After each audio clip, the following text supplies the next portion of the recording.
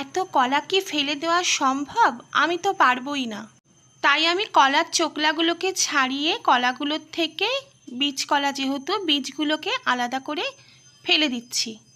ভালো করে বীজগুলোকে বের করে নেব। তারপরে ভাবছি এই কলা দিয়ে তৈরি করব আজকে কলার বড়া বা পকোড়া।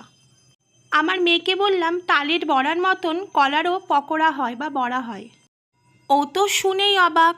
ও বলল তাই? আর ও তালের বড়া বলো এই সমস্ত খেতে না খুব ভালোবাসে।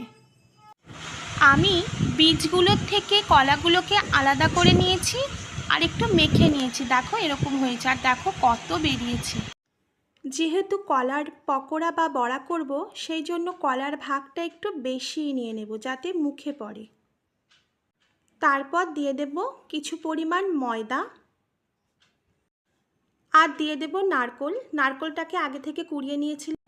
আমি গুড়ের ব্যবহার করেছি, তোমরা চাইলে চিনি দিতে পারো। আর গুড়গুলোকে আমি মিক্সিতে ডাস্ট করে নিয়েছি আর তার সাথে দিয়ে দিয়েছি কিছু পরিমাণ দুধ আর ভালো করে মেখে নেব।